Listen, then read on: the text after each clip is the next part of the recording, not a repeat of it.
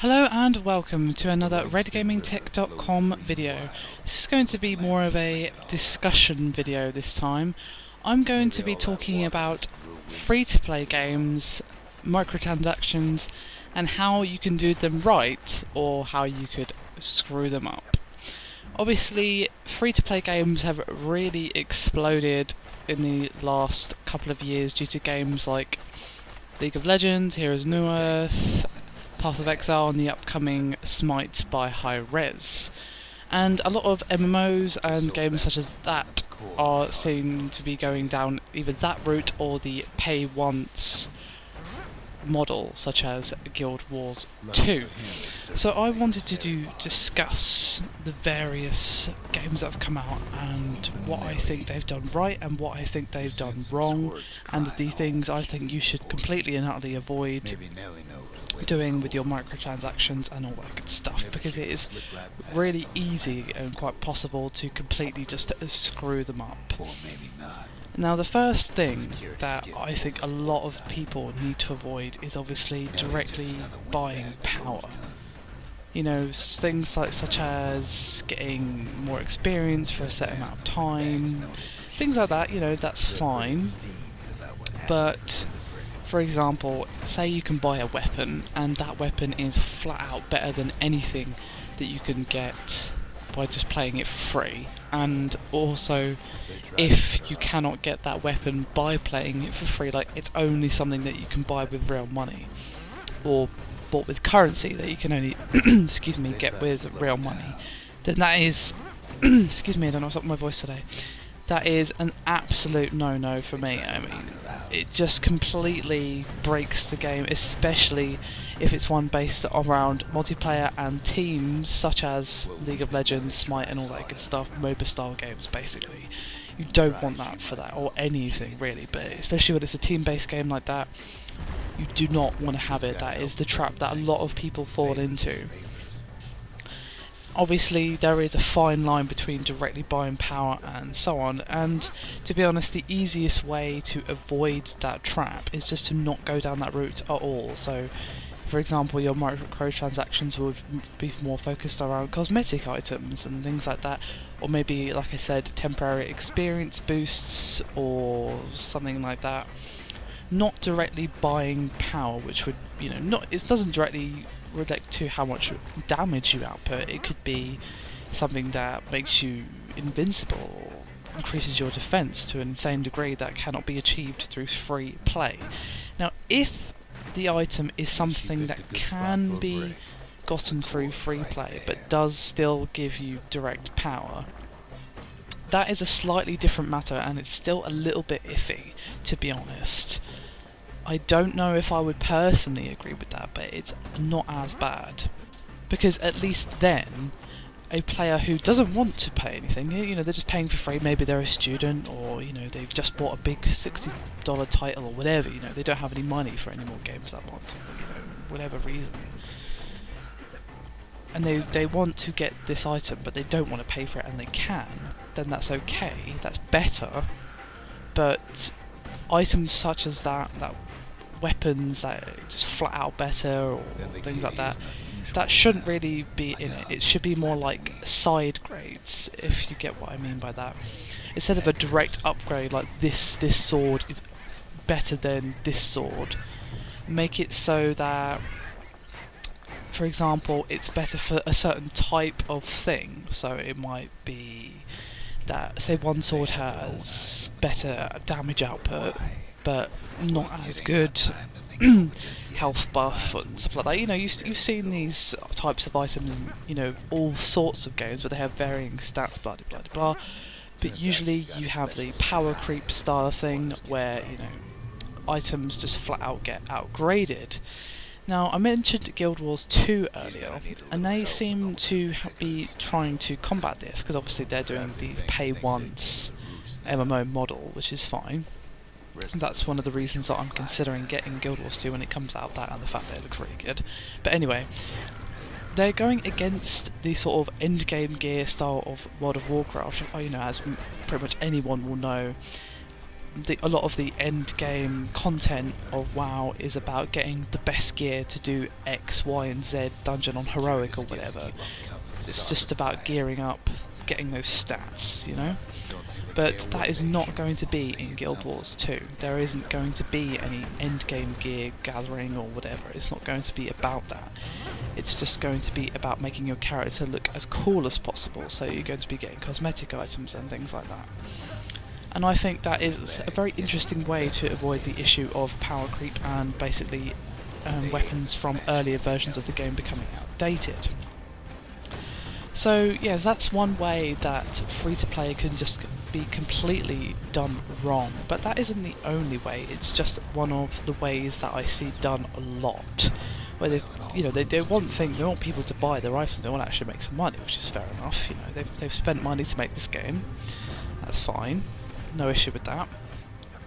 But it will ultimately harm your game if you do it wrong.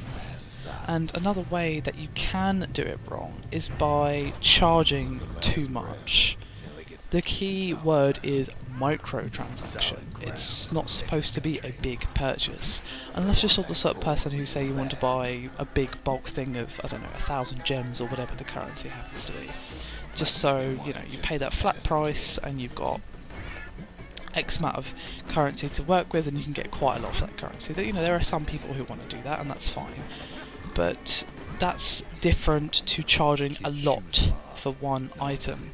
There was this free-to-play game out not too long ago, I think it was called Moonbreakers or something like that, and they had individual ships, things like that you could unlock or you could pay to unlock, which is fine, but the amount that they were charging for these ships was absolutely ridiculous. Now you could get these ships by just playing the game for free, because obviously you generate in-game currency, and then there's the currency that you have to pay for. And you could buy these ships with the in-game currency that obviously, you know, just came. It's like experience or whatever, you just got it. But the problem was the amount that you had to pay for this in-game currency was far, far too high, to the point where it would take you literally forever to get it. And that's fine. To make it a bit of a longer process to unlock a ship or item, whatever, is fine. Obviously, you know, you want to encourage people to go, oh, balls to it, I'll get the paid item, I'll just pay for it, because it's X amount. But it wasn't just X amount. The amount you had to buy, the amount you had to pay, to actually get the item quickly was still quite high. Obviously you've got the in-game currency that you have to pay for, and even the amount of the in-game currency was really, really high. So basically you're going to be paying, I think it was something like £10 or something for a ship, which is ridiculous. That's not a micro-transaction. That's a pretty big transaction to me. I mean, to a lot of people, that's like a week's shopping, or at least a couple of days shopping, you know. It's like, who is going to do that? If it was like, say, I don't know, £3, $3, whatever, for a ship, item, whatever it happens to be, that is fine. You know, that's a micro transaction. £10 is not micro, at least not to me. Maybe to some people, but I'd say to most people, £10 is not going to be micro. Think about the market for free-to-play games here. It's going to be college students, university students, perhaps younger people who don't have a credit or debit card, people who just don't have a credit card for whatever reason, people who don't have a lot of money, people who've already bought a lot of games that month. You know, the most of the people who are going to be playing these games do not want to be spending a huge amount of money. Obviously there are exceptions, there's exceptions to every rule, of course, but most of the people are going to be wanting to play for free, because it's supposed to be free to play. So having your micro, in quotes, transaction be that expensive is just ridiculously dumb, and I think that is something you should really, really avoid. I mean, I like this whole free-to-play thing. I think it's the way to go for MMOs especially, and I've recently been dipping into Smite, really, really bad at it, because it's my first MOBA experience, but you know, hey-ho. I think it's a really good idea, and it's nice to see it getting people into gaming who might not otherwise afford to be able to get into gaming, students or whatever. And as I said, MMOs, it seems to be the right way to go, because I personally think the subscription model, paying X amount a month, is dying. It's not going to last much longer. I mean, obviously, WoW is still around. It's going to be around for quite a few years yet, but even that game, which is obviously a huge monolithic game that has a massive fan base, but even that game is losing subscribers at a really rapid rate. And that's because there's so many more options now. If you want to play an MMO for free, it's not really that hard. You Google free-to-play MMO, and there will be so many options come up. I mean, let me just do that right now, and I'm going to tell you how many games come up. Okay, we've got a link right here. 1, 2, 3, 4, 5, 6, 7, 8, 9, 10, 11, 12, and that's just on this one page. There's 30 pages of this stuff on this particular website. 30 pages.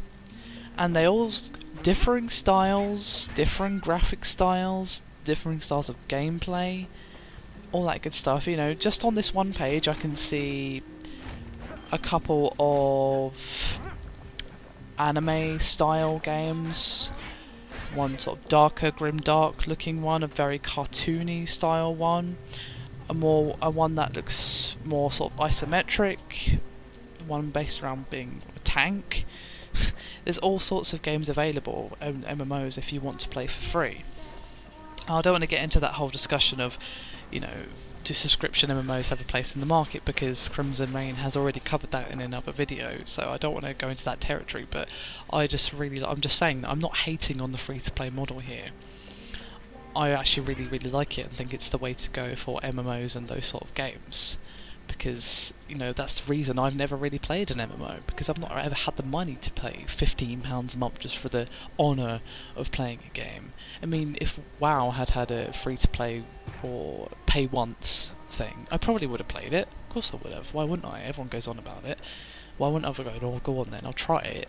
But I can't say that when it's X amount a month. But I'm going to probably get Guild Wars 2 when it comes out.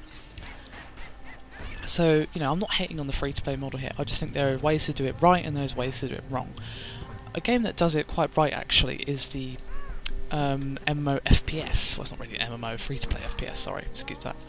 Called Blacklight Retribution. And that has a couple of slightly iffy items, there's a type of ammo, I think it's like incendiary ammo or something like that. I forget the name of it, but it's basically, you know, ammo that burns, you know. And that ammo is pretty much flat out better, but you can get it in-game with the in-game currency that you don't have to pay for. So that's the only slightly iffy item with Blacklight Retribution.